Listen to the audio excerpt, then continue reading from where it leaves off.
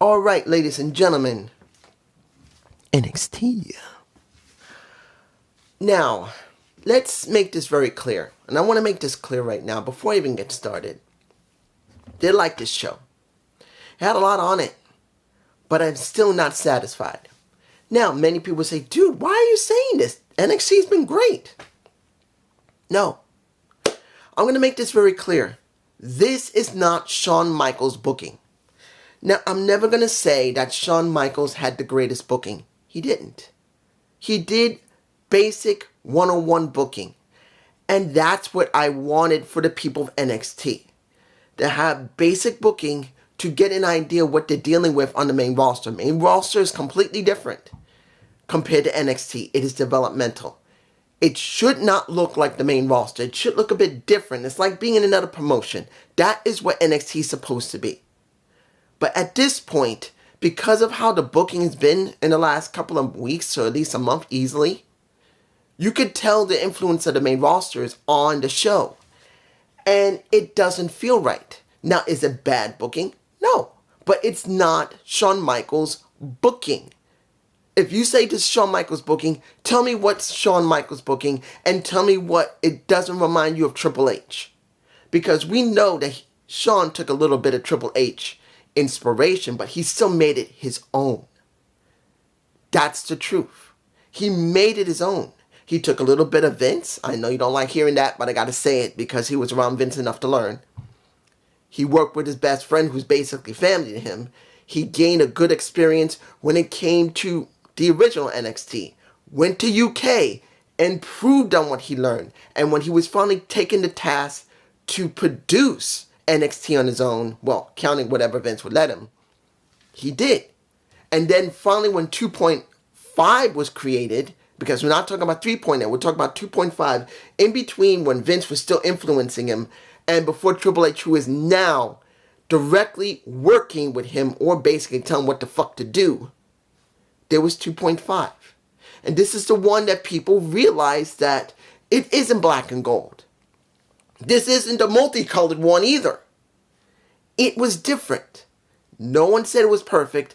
I never said it was perfect. Shawn screwed up more than a few times, but I can tell you it had its own distinct idea. And that's one of the things that people really liked about it. Other than when they did not rush the people up and generally didn't screw everything up for them. But you could tell that was what pissed me off about the old NXT. They developed the people, they let them show what they can do, but when they went to the main roster, they were basically screwed over so much. I didn't care about NXT, the original Black and Gold, because why would you? Because those who went to the main roster were treated like dirt. They couldn't keep what they'd already produced. They basically were wiped and started over, counting if Vince wanted to. So when it came to the current NXT, at least you had a good idea that many people who have gone up to the main roster, even if they had not been used much, at least they kept much of their original character work and storylines they had kept and worked on in NXT. That's the reason why people now like NXT. It wasn't just because Triple H was just letting Shawn do what he needed to. It was because Shawn built them, Triple H took them, kept most, not all of the gimmick, and let them keep going. Now, what do we have? We have a roster now that's beginning to reflect the main roster. Many people will like that, but I do not. I liked it when they were different. But now we're getting a streamlined effect of what we got on SmackDown, what we got on Raw, and NXT is now falling in line, which I think is not going to make it very good. It'll still have good people on it. Sometimes have good stories. But you can tell it's going to be, guess what? Bland. I'm going to tell you right now, as much as you're going to see a lot of excitement, it'll be the same type of excitement you're going to have on the main roster. I'm saying this right now before I even get to this because I'm not going to be very detailed in this. I'm not. But you got to understand my point of view of this situation. What you see now is very reflective of what is on the main roster. We are getting almost nearly exactly the same type of style that's on the main roster here. And we needed something different to let these people stand out, and we're not getting it. I didn't have to wait until the end. I just wanted to say it now. Opening qualifying match for the Iron Survivor Challenge. And this was Frazier versus Eddie Thorpe. Let me give it to you like this one. I think of Eddie. As someone who, weirdly enough, having no idea if he has any Native American culture in him, had always felt that Eddie was missing something. Now that he's embraced more of his Native American culture, has given him some level of character. Because he had to. The vignettes he did and the way he's acting in the ring, at least to a certain extent, he's more interesting because he's more embraced of his culture. Tatanka had to do more of his culture in the storylines because it was necessary, because he was too bland. Chief Jay Strongbow did the same thing. And you don't want to go that far back, but you had to. That's the deal. You got to have a fine balance. And Eddie is not a great balance, but at least he's more interesting. Doesn't mean he's better. And then you have Nathan Frazier, who is a tag champ, where he's just basically acted like a watered-down Randy Orton. That's what he is. This is Randy, this is Nathan. There's a difference. And while this match was going on, which was a good match, you had all the tag teams coming out, then breaking into a fight, then Axiom gets taken out, and then Eddie Thorpe gets screwed over, and guess what? Nathan Frazier wins. Now, we also find out later in the night that Axiom is also in the competition, that he's going to get a chance to go into Iron Survivor. And Nathan at first was not too happy about it, but then he was happy, but then he wondered, wait a minute, if you win your match against Ethan Page, does that mean, and Axiom said, we're going to be dealing with each other. This is where the question is going to be, are they really deciding to break up Frazier or Axiom? Are they going to start making it look like they're going to break them up because of all the controversy, all the attitude between the two? Are they really going to do it? This is the question. Next, the Women's Survivor Challenge. Jada Parker versus a Stephanie Vaquer. Let's make this clear. I'm going to go through this very quickly. Jada lost. Next, the next one will be Zarya versus Red Sinclair.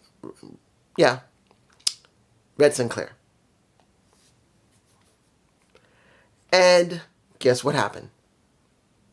Zarya won. It's not about the match quality from either one of the people from Sinclair or a Jada Parker. It's not that.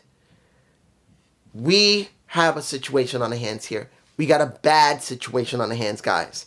Look, we did get Julia having a nice vid pack, talking about who she is, what she's gone through, being a mixed martial artist, having style like a mixed martial artist. But let's be honest here. We got Stephanie McCare, we got Zarya, and we got three women who literally came in at the same time when they shouldn't have come in at the same time. We should have had one, then another many months later, and then another one at Royal Rumble. Let's make that very clear. The first person who came in was Julia. She should have had 2 or 3 months by herself without having another new woman come in. But we didn't get that. We got Stephanie Vaquer come in. She comes in barely within a month or so. And then guess what happens? Then we get Zarya before either one of these women could ever be built to show what they can do for the audience. We just got 3 women coming in within about 3 to 4 months with almost no identity. And if anybody says, dude, you need to watch Zarya when she was in, and I believe she was in Oceanic Pro Wrestling, then Stardom, then possibly another couple of other promotions that do women. No. I'm not going to look at any woman. If you tell me to look at Stephanie Vaquer, you tell me to look at Zarya or a Julia, I don't give a fuck. I'm not doing it. Because it's not the point. This isn't about how great they are as wrestlers. This is what the company must put in front of you and make you see that they're important. Look what happened when the old NXT was going on. Remember, the original one. The one that Triple H touted and everyone loved so fucking much. Every time when they came in, easily you could say Triple H built them very well. But when they went to the main roster where they have to be shown like they've been cared about, what did Vince do?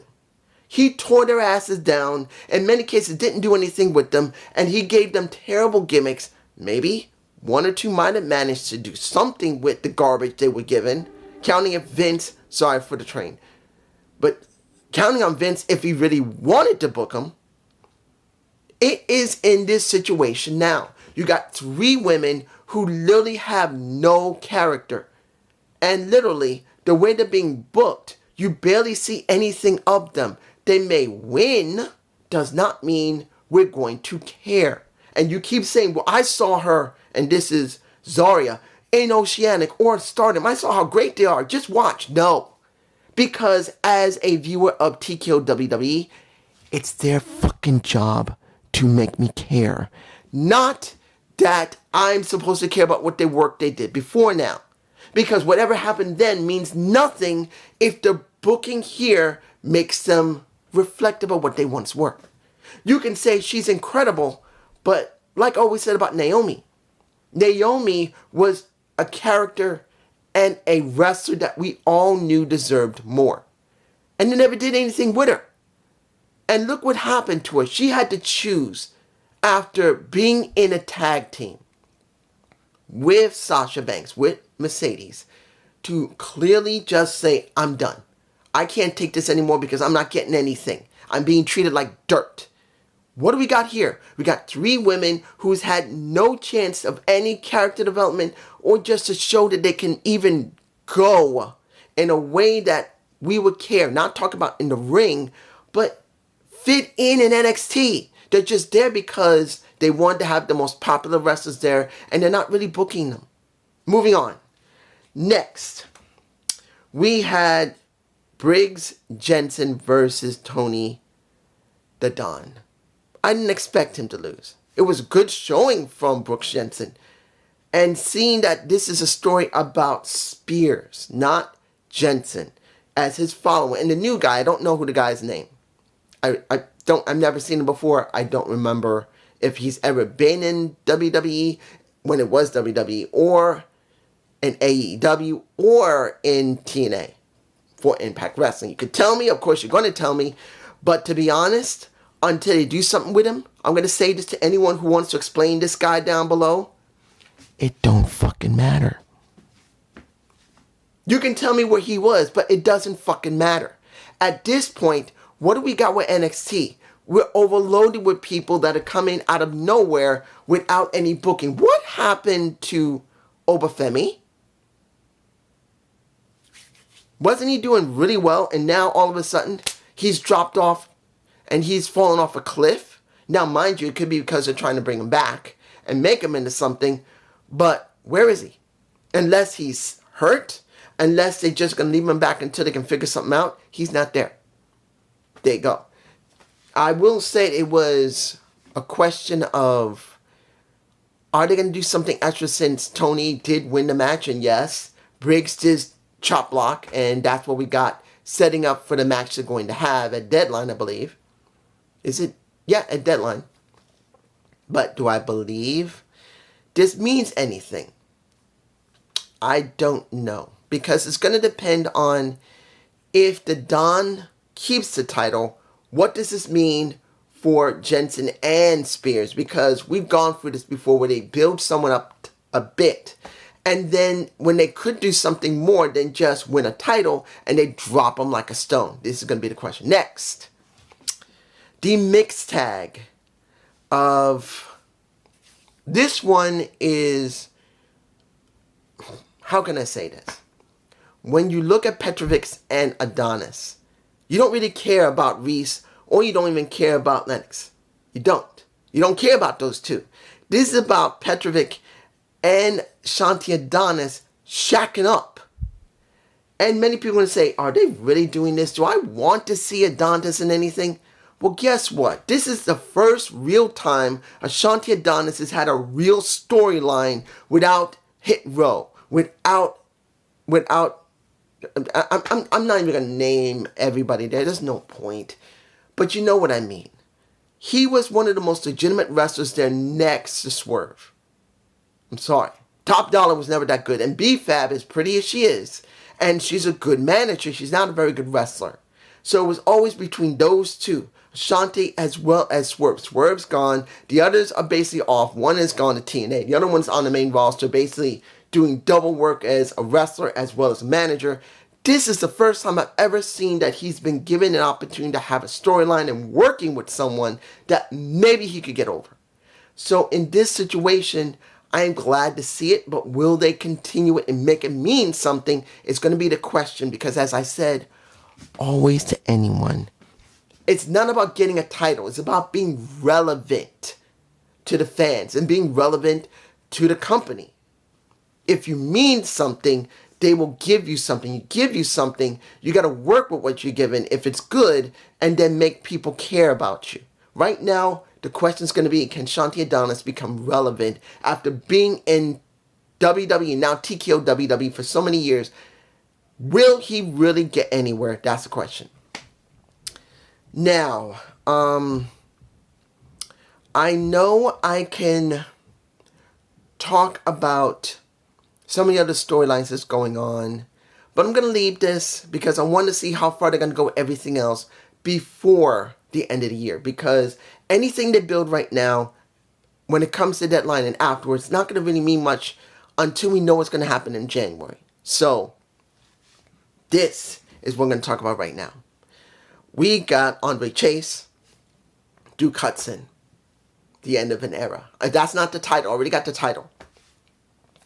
But this is the end of an era. Look, Chase U, during the 2.0, the rainbow of rainbows, Chase U was formed.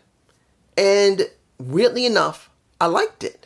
There was something about Chase U that I liked. It was not really the greatest thing, but it was something where there was a group of people that could be built. When you got Riley, you got Duke Hudson, when you got Thea Hale, and you got Andre Chase himself. The storyline of him basically being a gambler and gamble away Chase U, and you got, and pretty much, JC James trying to help to get the damn thing back. The story between JC and Thea. The story now of Chase bringing Ridge Holland, trying to show that he can be something more, even though he's been losing and he has a darkness in him that he tried to make it work. And they win tag titles and then lost tag titles, and the destruction of Chase U, one member at a time. This is the culmination of this. A good match. Cheating by getting a nut shot to a Chase U, seeing Duke Hudson not standing for it, seeing that Riley as well as Thea came out, they tried to help, they got their butts kicked, and eventually Chase U is now dissolved. I am saying this.